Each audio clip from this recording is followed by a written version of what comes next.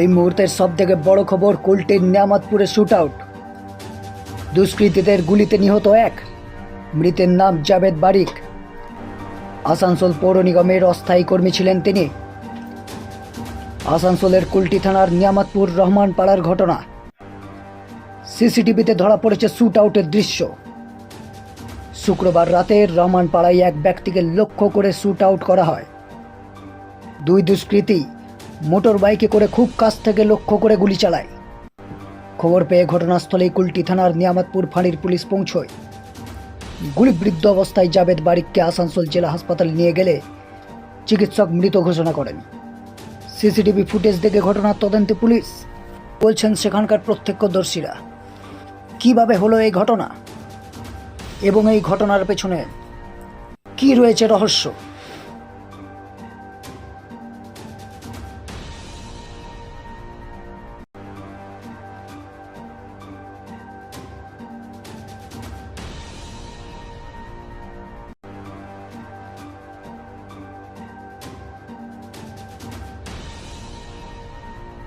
আমরা শুনে নেব পুলিশ কি বলছে এই বিষয় নিয়ে। মোটামুটি 10:30 বা 10:25 পর একটা ফায়ারিং ইনসিডেন্ট ঘটেছে এখানে। দুজন আননোন মিসক্রিয়েন্ট যাচ্ছিল, একজনকে জাবেদ বাড়ি বলে একজনকে ফায়ারিং করেছে। ফার্দার যা ঘটনা ঘটে আপনি পরে জানাচ্ছি। তো ওনাকে হসপিটালাইজ করা হয়েছে আপাতত। দেখা যাক চিহ্নিত করা গেছে।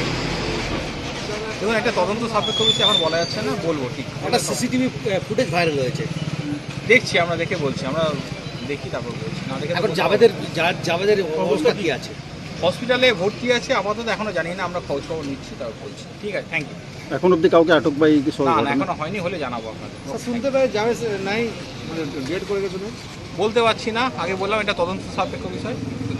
কি বলছেন এলাকার মানুষজন? ফোন করলো কি পালাতে গুলি চলে গেছে, তাড়াতাড়ি আমরা সবাই দৌড়ে এসেছি। এসে দেখছি মানে পুলিশ যেহেতু নিয়ে চলে গেছে, হসপিটাল নিয়ে গেছে। ওই জাবেদ বাড়ির উপরে গুলি চলেছে। জাবেদ বাড়ি আমাদের বেলডি স্কুলের টিচার সৈয়দ আব্দুল বাড়ির ছেলে, খুবই ভালো ছেলে। আসানসোল কর্পোরেশনে মাস্টার রোলে চাকরি করে, আগে কুলটি মিউনিসিপ্যালিটি ছিল, এখন কর্পোরেশন হয়ে গেছে। মাস্টার রোলে চাকরি করে, ছেলেটা তো ভালোই ছেলে।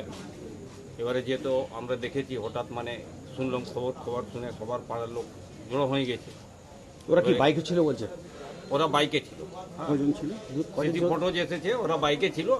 অন্ধকার ছিল, যে জায়গাটাতে শ্যুট করেছে সে জায়গা অন্ধকার ছিল। অন্ধকার মানে লাভ নিয়ে গুলি মেরেছে ওইখানে। যদি এইদিকে থাকতো লাইটে তাহলে কিছু আর দেখা যেত, মানে গাড়ির নম্বর এসব পাওয়া যেত, কিন্তু গাড়ির নম্বরটা আমরা দেখতে পাচ্ছি না। এবারে পুলিশ নিশ্চয়ই মানে বার করবে। এরকম এই সন্ধ্যায়, ভোর সন্ধ্যায় ধরুন এক গুলি চলে গেল, কতটা আতঙ্কিত আপনার, ভয় কতটা লাগছে আপনাদের? দেখুন, ভয়ের তো ব্যাপার আছে। এই পাড়ার ভিতরে, মহল্লার ভিতরে যদি গুলি চলে যায় তাহলে ভয়ের তো ব্যাপার আছে। কিন্তু আমাদের পুরো আশা আছে, পুলিশ নিজের কাজ করছে, যত তাড়াতাড়ি হয় পুলিশ অ্যারেস্ট করবে। কারণে হতে পারে এটা? এই কারণ তো কিছু বলতে পারছি না, যেহেতু ছেলেটা তো খুবই ভালো ছেলে, সরল ছেলে, ওইরকম কোনো লেনা দেনা বা কোনো বড় ধার কর্জা এসব কিছু ছিল না। Normal life. কারণটা কি ছিল?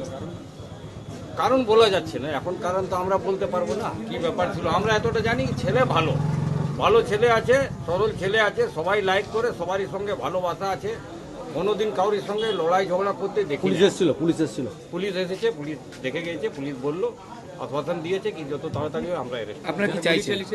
ওরা কজন ছিল আর কি? ওরা দুজন ছিল, একজন সাদা শার্ট পরে আছে আর একজন টি শার্ট পরে আছে। দুজন ছিল, ওরা রুমাল বেঁধেছে, তারপরে শ্যুট করেছে। যেহেতু আমরা সিসিটিভি ফুটেজে আপনারা কিছু দেখতে পেয়েছেন? ওইটা সিসি ফুটেজ দেখেই আমি বলছি। আপনার নাম? আমার নাম Mir Hatim, ex MIC Asansol municipal corporation, district general secretary, Trinamool Congress. কুলটির নিয়ামতপুরে শুট আউট, চাঞ্চল্য এলাকায়।